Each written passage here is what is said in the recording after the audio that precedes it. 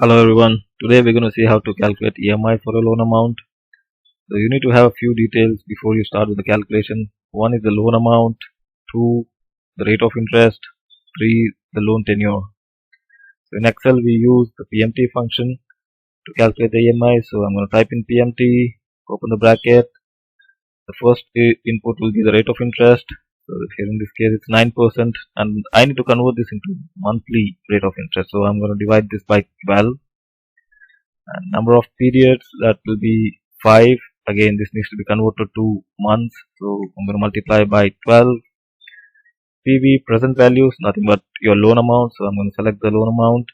And there are a couple of optional parameters. One is the future value, which will be 0 at the end of 5 years in this particular case, and type, whether you're going to pay at the beginning of the month or by the end of the month. So these two are optional. You don't need to fill them up.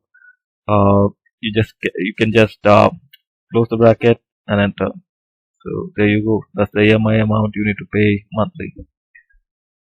That's all for today. I'll see you in the next video. Thank you.